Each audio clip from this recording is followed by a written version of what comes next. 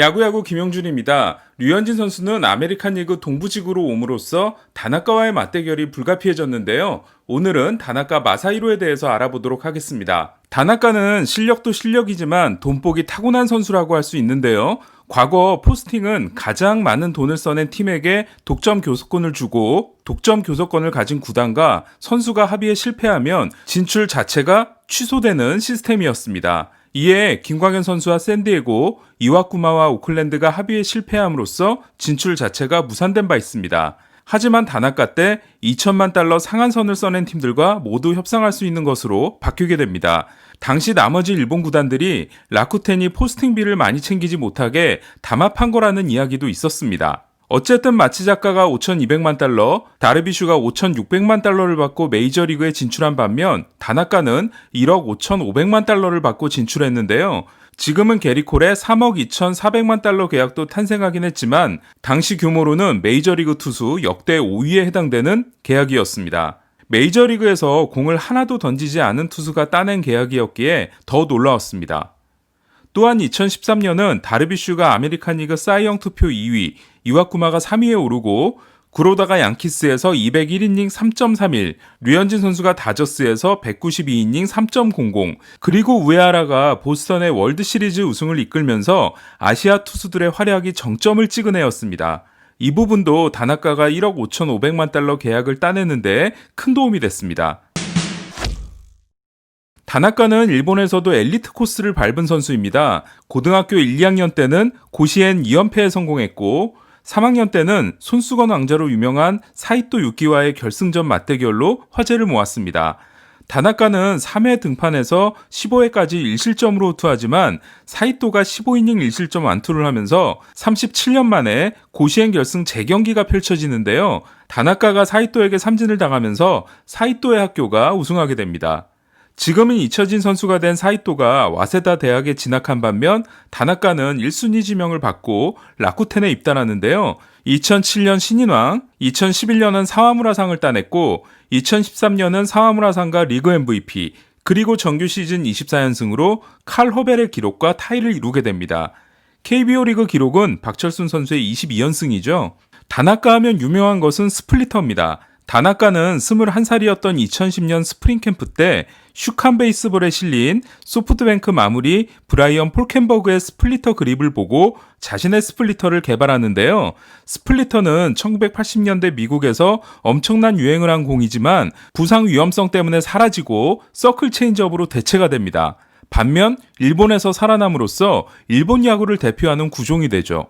그러고 보니 류현진 선수의 주무기는 서클 체인지업, 다나카는 스플리터네요. 다나카의 스플리터 하면 빼놓을 수 없는 선수가 있습니다. 바로 메이저리그에서 434홈런을 기록하고 2013년 라쿠텐에 입단한 앤드류 존스인데요. 존스는 연습 경기에서 다나카의 손목을 보고 슬라이더와 스플리터를 구분해내게 됩니다. 다나카에게는 2013년 존스를 만난 게 하늘이 도운 거였습니다. 하지만 다나카의 스플리터는 미국에서 점점 힘을 잃어가는데요. 특히 공인구 때문인지 제대로 떨어지지 않은 지난 시즌에는 피안타율이 2할 6푼 1리에 달했습니다. 그럼에도 다나카가 여전히 경쟁력을 유지하고 있는 것은 슬라이더가 스플리터 못지않게 뛰어나기 때문입니다. 다나카는 2009년 WBC 때 다르비슈로부터 슬라이더를 배우게 됩니다. 그리고 2010년 선수투표에서는 18표를 얻어 29표의 다르비슈에 이어 슬라이더 2위에 오릅니다. 다르비슈 또한 다나카에게 큰 도움을 준 셈이 됐습니다. 양키스는 은퇴한 마리아노 리베라의 라커를 다나카에게 주는 특별 대우를 하는데요. 비자 발급을 받는 데는 뉴욕시 의원이 힘을 쓰기도 합니다. 다나카는 폭설을 뚫고 애완견과 함께 뉴욕에 입성하게 되는데요. 당시 개인 전세기가 아니라 민간 항공기여서 논란이 되기도 했습니다. 양키스에 입단한 다나카는 스프링 캠프에서 구로다와의 러닝 훈련 도중 퍼짐으로써 또 한 번 논란을 불러오는데요. 류현진 선수가 다저스에서 첫 훈련 때 너무 느리게 뛰었다고 켄거닉 기자의 비판을 받았던 게 생각이 나네요. 류현진 선수는 35초까지 들어오면 된다고 해서 35초에 맞춰 뛰었을 뿐이라는 해명을 했습니다. 구로다는 2014년까지 양키스에서 뛰고 히로시마로 돌아가게 되는데요. 생각해보면 2013년 앤드류 존스, 2014년 구로다를 만난 게 다나카에게는 큰 행운이었습니다. 다나카는 미국에 진출하기 전 구로다가 쓴 책을 감명 깊게 읽었다고 하는데요. 구로다는 그 책에서 미국은 시즌이 너무 길기 때문에 6이닝을 맞겠다는 각오로 올라가야 한다는 말을 했다고 합니다. 다나카는 미국에서 토미존 수술을 받을 뻔한 위기를 극복했고 2016년에는 류현진 선수보다 앞서 평균자책점 1위를 할 뻔도 했는데요. 하지만 마지막 경기에서 6이닝 4실점에 그쳐 2.97에서 3.07로 오르면서 3.00을 기록한 토론토 에런 산체스에게 1위를 내주게 됩니다. 다나카 입장에서 아쉬운 것은 양키스가 전담 포수를 지정해주지 않고 있다는 건데요. 다나카는 라쿠텐에서 시마 모토히로라는 전담 포수가 있었습니다. 다나카는 2011년 평균자책점 1.27을 기록하는데요. 시마가 마스크를 쓴 22경기에서 0.98, 나머지 5경기에서 2.57을 기록했었습니다. 하지만 양키스에는 떨어지는 공에 대한 대처 능력이 부족한 게리 산체스가 주전 포수로 있습니다. 다나카는 지난해 산체스가 마스크를 쓴 15경기에서 평균자책점이 4.87, 오스틴 로마인과 호흡을 맞춘 15경기에서 평균자책점 2.70이었습니다. 사실 다나카가 진출할 때까지만 해도 일본에서는 일본 선수들이 유일하게 정복하지 못한 상인 사이영상을 기대했을 겁니다. 하지만 다나카는 2016년에 오른 7위가 가장 높은 순위였습니다. 그렇다면 다나카는 양키스에서 돈값을 하고 있는 걸까요? 류현진 선수는 다저스에서 뛴 7년 동안 레퍼런스 승리 기여도 13.5를 기록했습니다. 반면 다나카는 양키스에서 뛴 6년 동안 류현진 선수보다 4.1이 높은 17.4를 기록했습니다.